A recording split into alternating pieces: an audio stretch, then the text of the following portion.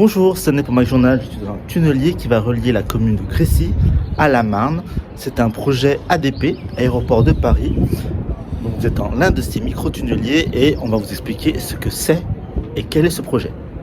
À l'intérieur du tunnel qui va rejeter les eaux usées de l'aéroport Charles de Gaulle vers la Marne. Voilà, je vous montre un petit peu comment c'est fait. Voilà, c'est à l'intérieur du tunnel. Ça tourne et ça creuse en fait sous la terre. Ah d'accord. Ouais. En fait, là, les roues de coupe, ça s'appelle une roue de coupe et ça s'adapte au niveau du terrain. Et Valérie pour la plus petite.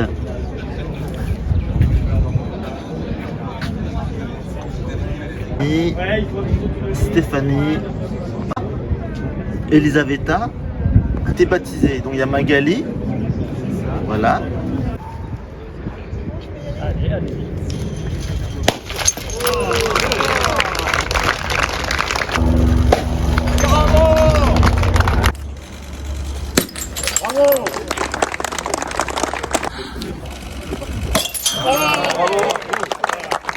Ça fait 10 ans que j'attends ce moment. Je suis arrivé dans le groupe ADP le 1er décembre 2012. Le premier projet dont on m'a parlé, c'est la jonction d'Orly. Le deuxième projet dont on m'a parlé, c'est la Cannes-à-Marne. La jonction d'Orly, comme passager, vous pouvez y être. La Cannes-à-Marne, c'est maintenant.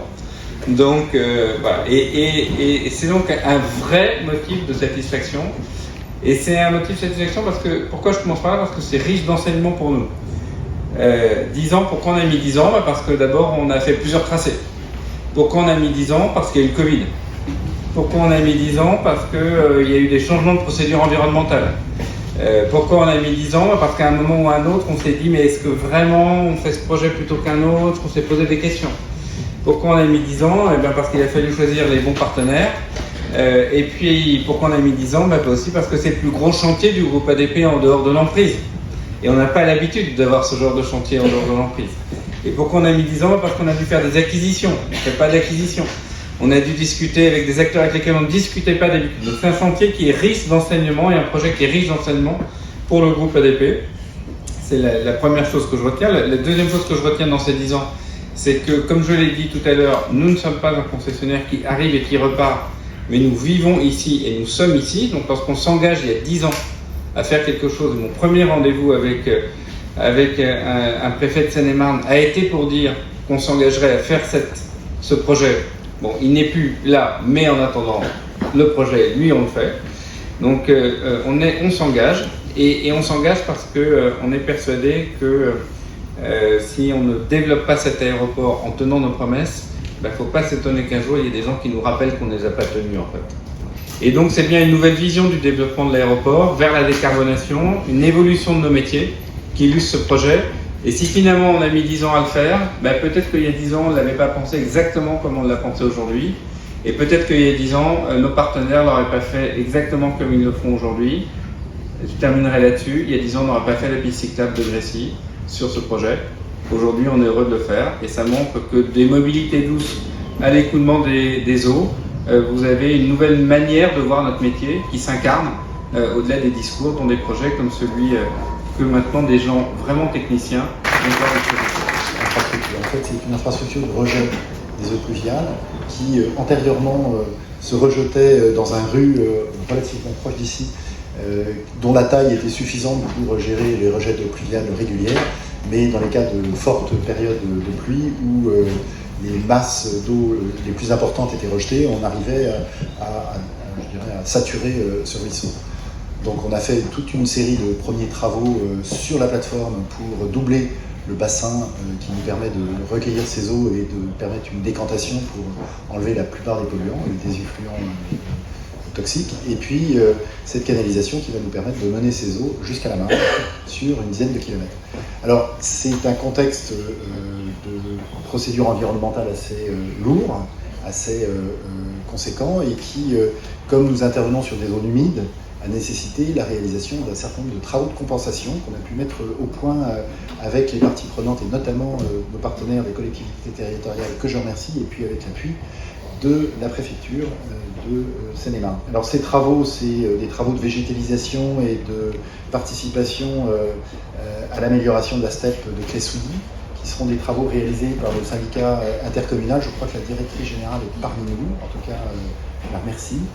Et je remercie ces équipes de la collaboration qu'on a pu avoir sur ce dossier.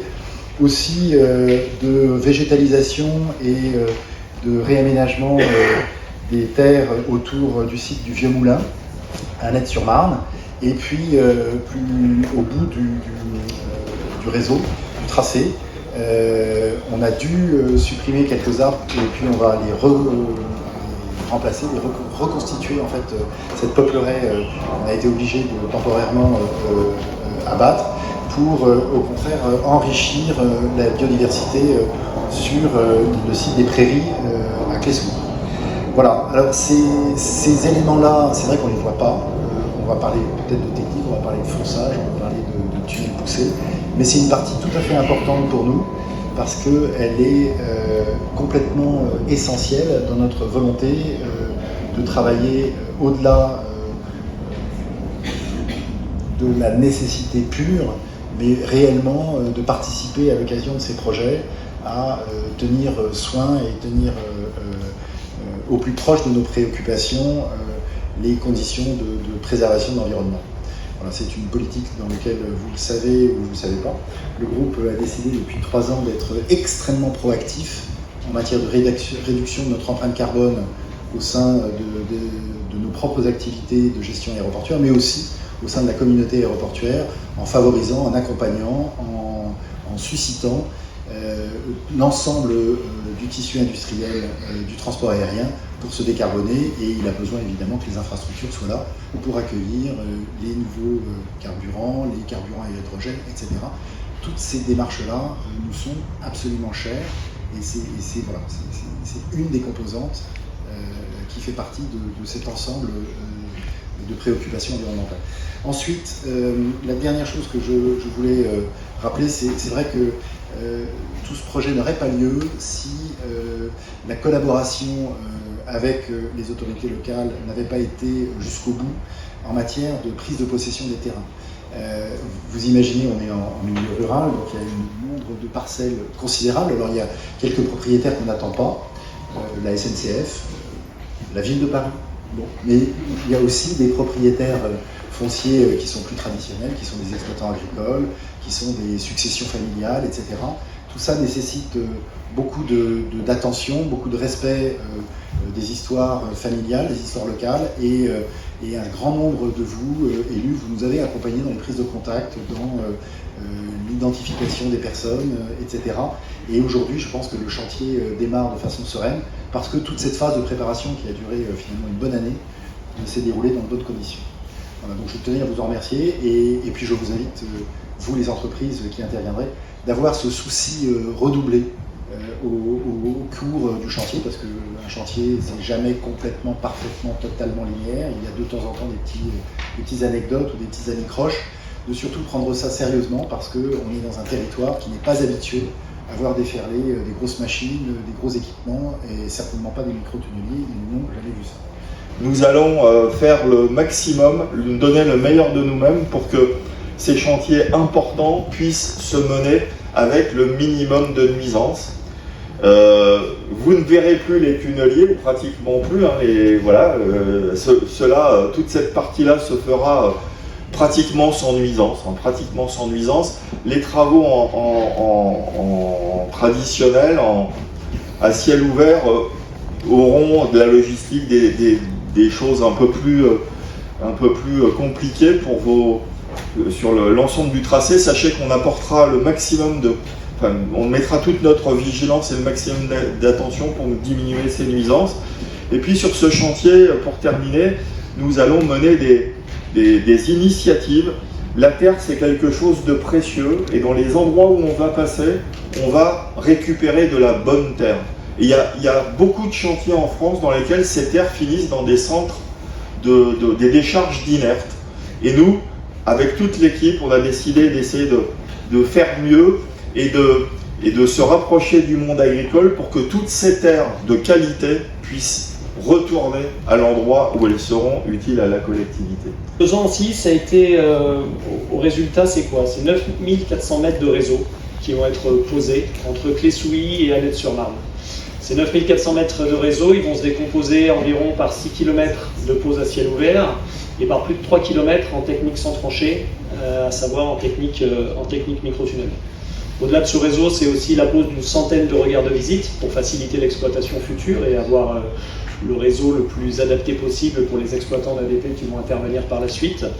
C'est de nombreux ouvrages de génie civil aussi, des stations de mesure, un ouvrage de rejet en marne, différents ouvrages de siphon. Donc c'est vraiment un projet global et parfaitement maîtrisé par les entreprises du groupement d'entreprises. Le groupement d'entreprises a aussi eu le souhait sur ce projet de réduire au maximum son empreinte écologique, et donc avec des choix forts. Monsieur Forzini en parlait à l'instant, le réemploi des terres pour compléter ses propos. Donc c'est environ 90 000 m3 de terrassement qui vont être réalisés sur ce projet. Il faut savoir que sur ces 90 000 m3, 2 tiers des terres vont être utilisées sur le site pour emblayer la canalisation qui va être posée. Et le tiers restant, en effet, va partir chez les agriculteurs de proximité, là aussi pour limiter l'apport de matériaux nobles, on va dire, et surtout pour éviter ces trajets de camions, ces allers-retours de camions, et donc réduire notre empreinte carbone sur ce projet. C'est aussi également le choix d'un fournisseur pour la partie à ciel ouvert, d'un fournisseur français, donc de tuyaux fonte qui vont être fabriqués à quelques kilomètres de la région parisienne, là aussi dans un souci de diminuer l'empreinte carbone du chantier. Et puis c'est aussi le fait de maximiser les zones en travaux sans tranchée. Ça a été tout l'intérêt de cette conception-réalisation, puisqu'on a eu le choix et la possibilité finalement de choisir ces zones sans tranchée. Alors bien sûr, certaines zones avaient déjà été identifiées par l'ADP et par son AMO. Et ensuite, nous avons vraiment pris l'option d'augmenter au maximum ces travaux sans tranchée, là aussi, pour réduire les nuisances. Donc le microtunnelier, vous en avez 4 derrière vous. Donc ce sont les 4 machines qui vont œuvrer sur ce projet. Donc elles vont d'un diamètre 1000 mm, 1 mètre intérieur, jusqu'à 1,80 m intérieur. Donc suivant les contraintes du projet, je vous expliquerai tout à l'heure à l'extérieur le rôle de chacune de ces machines. Et donc le microtunnelier, c'est une technique de fonçage par lequel nous allons introduire dans le terrain des tuyaux en béton ou en PRV et qui vont constituer le revêtement de la canalisation définitive. Donc le premier microtunnelier devrait rentrer en action d'ici quelques semaines, d'ici 3-4 semaines. Et donc les creusements vont s'enchaîner jusqu'à la fin de l'année 2024. Donc nous avons quasiment 1 an de creusement avec ces microtunneliers pour réaliser l'opération. Et en parallèle, bien sûr, les travaux de pose de canalisation à ciel ouvert. Donc ces microtunneliers vont progresser dans le terrain à une moyenne d'environ 10 mètres linéaires par jour. Donc vous voyez que ça peut prendre quand même un petit peu de temps pour creuser 3 km, d'où l'emploi de plusieurs machines. Et donc on va dire par tradition, peut-être par superstition, il est d'usage de placer le tunnelier sous la protection d'une marraine, qui va lui donner son nom pour toute l'opération. Et assurer sa protection et la protection des travailleurs qui vont œuvrer sur cette opération. Alors je pense que toutes nos marraines sont là, je vais les appeler à me rejoindre.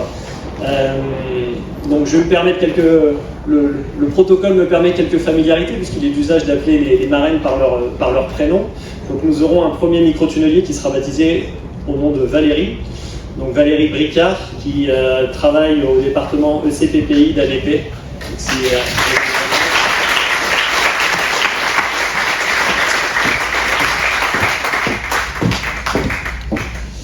Nous aurons un deuxième microtunnelier qui sera baptisé Stéphanie. Donc Stéphanie Ozias, qui est maire d'Annette-sur-Marne.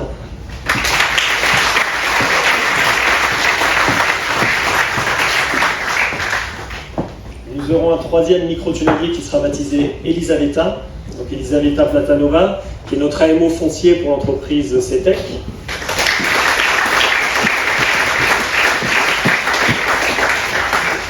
Et enfin, nous aurons un dernier microtunnelier qui sera baptisé Magali. Donc Magali Demazermati, qui également travaille pour le groupe ADP.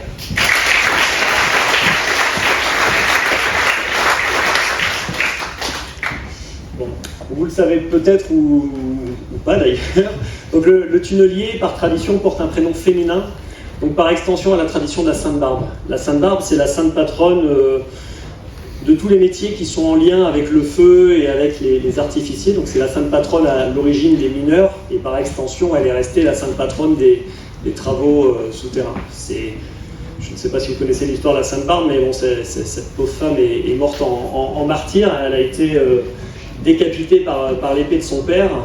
Et au moment d'être décapité, eh bien, son père a été foudroyé par une puissance divine et transformé instantanément en poussière. Et donc, par extension de cette image-là, la Sainte Barbe est devenue la protectrice de tous les métiers en lien avec le feu, donc des sapeurs-pompiers, des artificiers, des mineurs qui à l'époque utilisaient de l'explosif, qui l'utilisent toujours d'ailleurs, et puis voilà, par extension de nos métiers de travaux souterrains.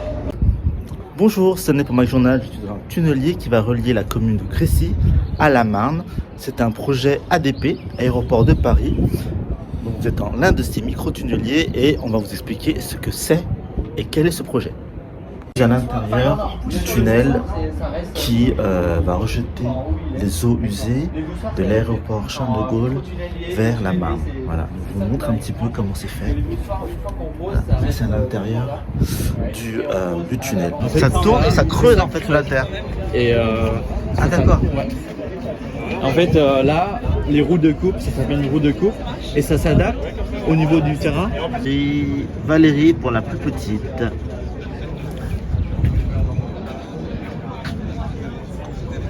Et Stéphanie, Elisaveta, t'es baptisée. Donc il y a Magali, voilà.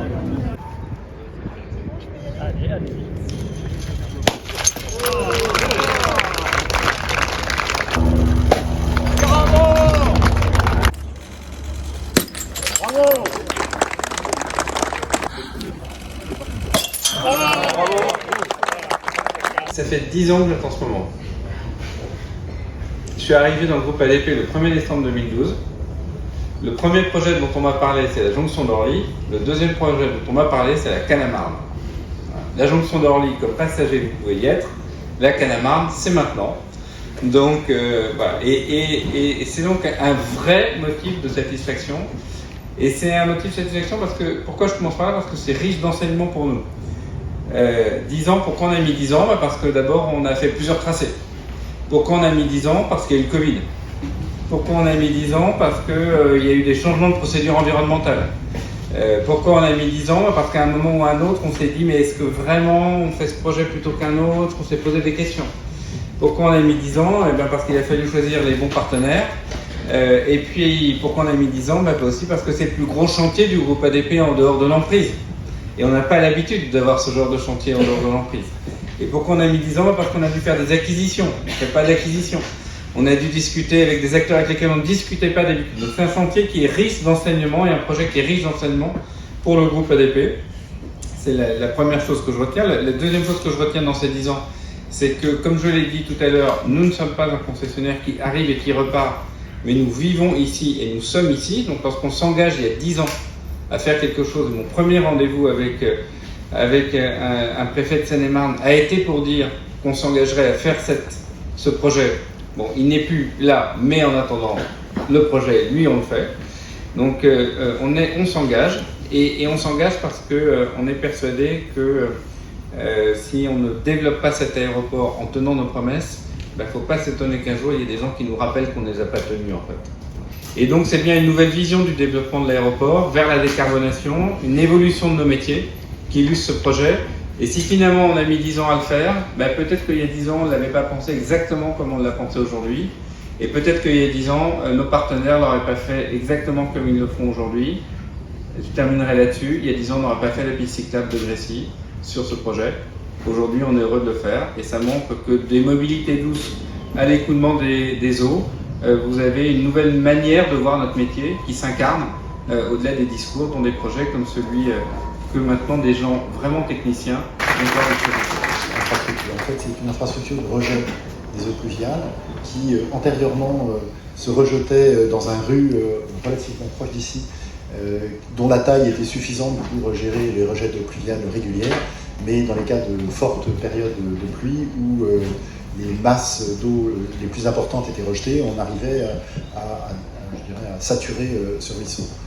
Donc on a fait toute une série de premiers travaux sur la plateforme pour doubler le bassin qui nous permet de recueillir ces eaux et de permettre une décantation pour enlever la plupart des polluants et des effluents toxiques. Et puis cette canalisation qui va nous permettre de mener ces eaux jusqu'à la Marne sur une dizaine de kilomètres. Alors c'est un contexte de procédure environnementale assez lourd, assez conséquent et qui, comme nous intervenons sur des zones humides, a nécessité la réalisation d'un certain nombre de travaux de compensation qu'on a pu mettre au point avec les parties prenantes et notamment nos partenaires des collectivités territoriales que je remercie et puis avec l'appui de la préfecture de Seine-et-Marne. Alors ces travaux, c'est des travaux de végétalisation et de participation à l'amélioration de la steppe de Clé-Souilly, qui seront des travaux réalisés par le syndicat intercommunal. Je crois que la directrice générale est parmi nous, en tout cas je la remercie. Et je remercie ces équipes de la collaboration qu'on a pu avoir sur ce dossier. Aussi de végétalisation et de réaménagement des terres autour du site du Vieux Moulin, à Nette-sur-Marne. Et puis, plus au bout du réseau, du tracé, on a dû supprimer quelques arbres et puis on va les remplacer, les reconstituer en fait cette peupleraie. On a été obligé de temporairement abattre pour au contraire enrichir la biodiversité sur le site des prairies à Clé-Souilly. Voilà, alors ces éléments-là, c'est vrai qu'on ne les voit pas.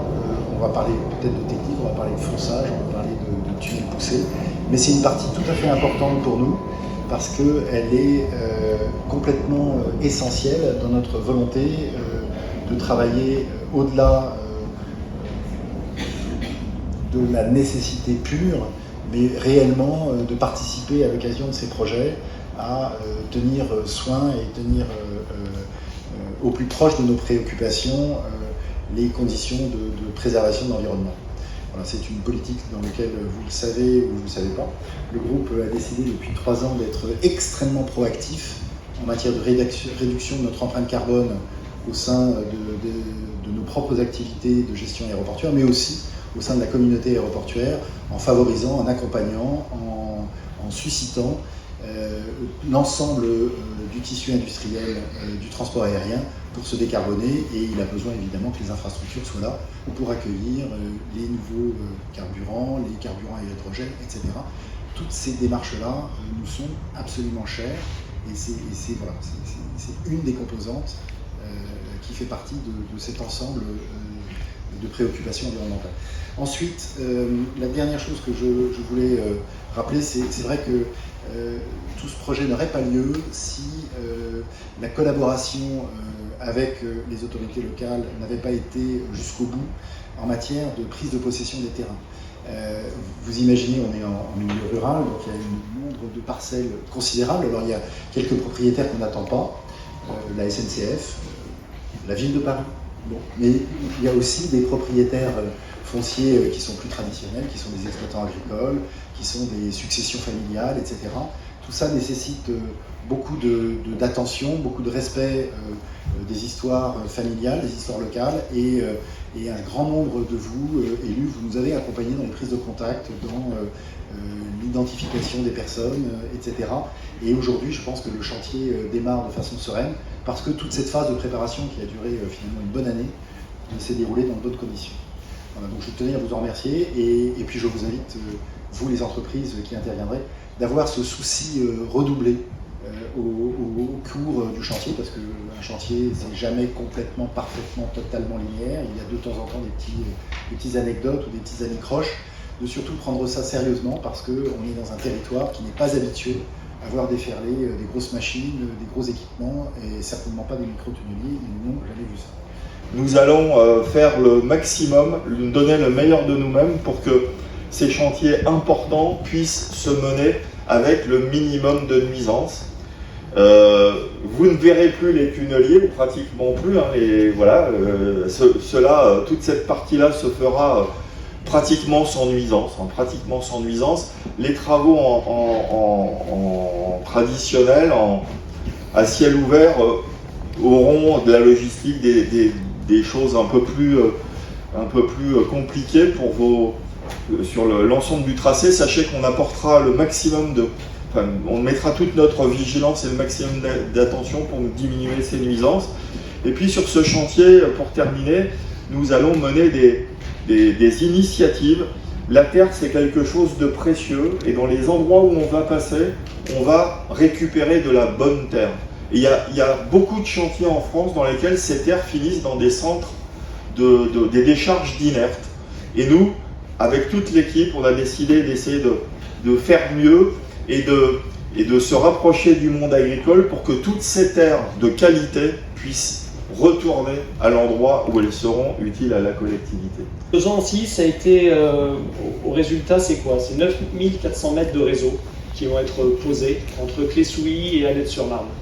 Ces 9400 mètres de réseau, ils vont se décomposer environ par 6 km de pose à ciel ouvert et par plus de 3 km en technique sans tranchée, à savoir en technique microtunnel. Au-delà de ce réseau, c'est aussi la pose d'une centaine de regards de visite pour faciliter l'exploitation future et avoir le réseau le plus adapté possible pour les exploitants d'ADP qui vont intervenir par la suite. C'est de nombreux ouvrages de génie civil aussi, des stations de mesure, un ouvrage de rejet en marne, différents ouvrages de siphon. Donc c'est vraiment un projet global et parfaitement maîtrisé par les entreprises du groupement d'entreprises. Le groupement d'entreprises a aussi eu le souhait sur ce projet de réduire au maximum son empreinte écologique, et donc avec des choix forts. Monsieur Forzini en parlait à l'instant, le réemploi des terres pour compléter ses propos. Donc c'est environ 90 000 m3 de terrassement qui vont être réalisés sur ce projet. Il faut savoir que sur ces 90 000 m3, 2 tiers des terres vont être utilisées sur le site pour emblayer la canalisation qui va être posée. Et le tiers restant, en effet, va partir chez les agriculteurs de proximité, là aussi pour limiter l'apport de matériaux nobles, on va dire, et surtout pour éviter ces trajets de camions, ces allers-retours de camions, et donc réduire notre empreinte carbone sur ce projet. C'est aussi également le choix d'un fournisseur pour la partie à ciel ouvert, d'un fournisseur français, donc de tuyaux fonte qui vont être fabriqués à quelques kilomètres de la région parisienne, là aussi dans un souci de diminuer l'empreinte carbone du chantier. Et puis c'est aussi le fait de maximiser les zones en travaux sans tranchée. Ça a été tout l'intérêt de cette conception-réalisation, puisqu'on a eu le choix et la possibilité finalement de choisir ces zones sans tranchée. Alors bien sûr, certaines zones avaient déjà été identifiées par ADP et par son AMO.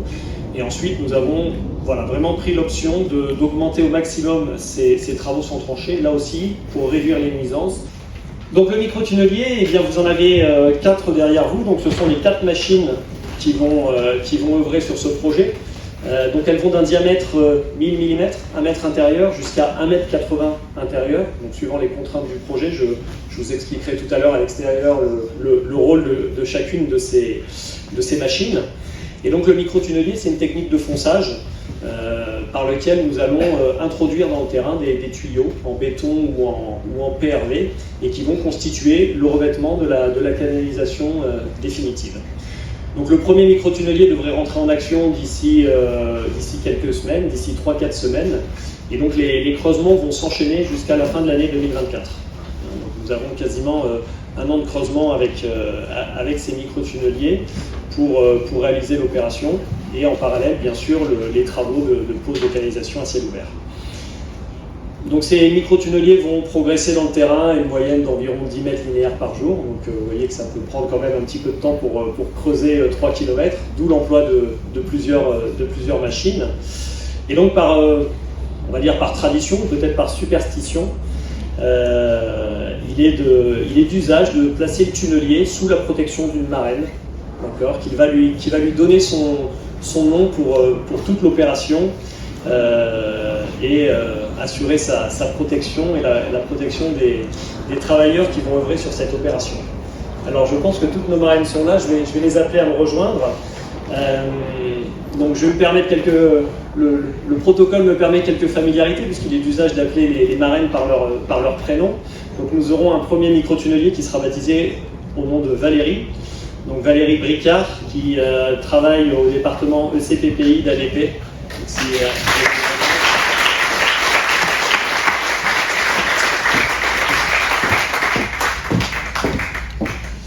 Nous aurons un deuxième microtunnelier qui sera baptisé Stéphanie.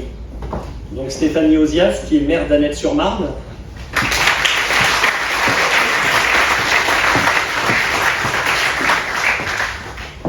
Nous aurons un troisième microtunnelier qui sera baptisé Elisaveta.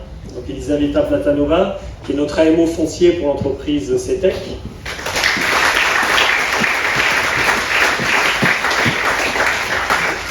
Et enfin, nous aurons un dernier microtunnelier qui sera baptisé Magali. Donc Magali Demazermati, qui également travaille pour le groupe ADP.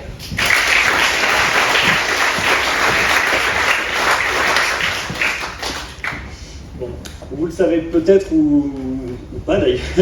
Donc le tunnelier, par tradition, porte un prénom féminin, donc par extension à la tradition de la Sainte Barbe. La Sainte Barbe, c'est la sainte patronne de tous les métiers qui sont en lien avec le feu et avec les artificiers. Donc c'est la sainte patronne à l'origine des mineurs et par extension elle est restée la sainte patronne des travaux souterrains.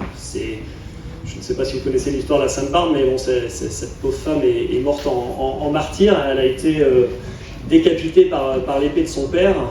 Et au moment d'être décapité, son père a été foudroyé par une puissance divine et transformé instantanément en poussière. Et donc, par extension de cette image-là, la Sainte Barbe est devenue la protectrice de tous les métiers en lien avec le feu, donc des sapeurs-pompiers, des artificiers, des mineurs qui à l'époque utilisaient de l'explosif, qui l'utilisent toujours d'ailleurs, et puis voilà, par extension de nos métiers de travaux souterrains.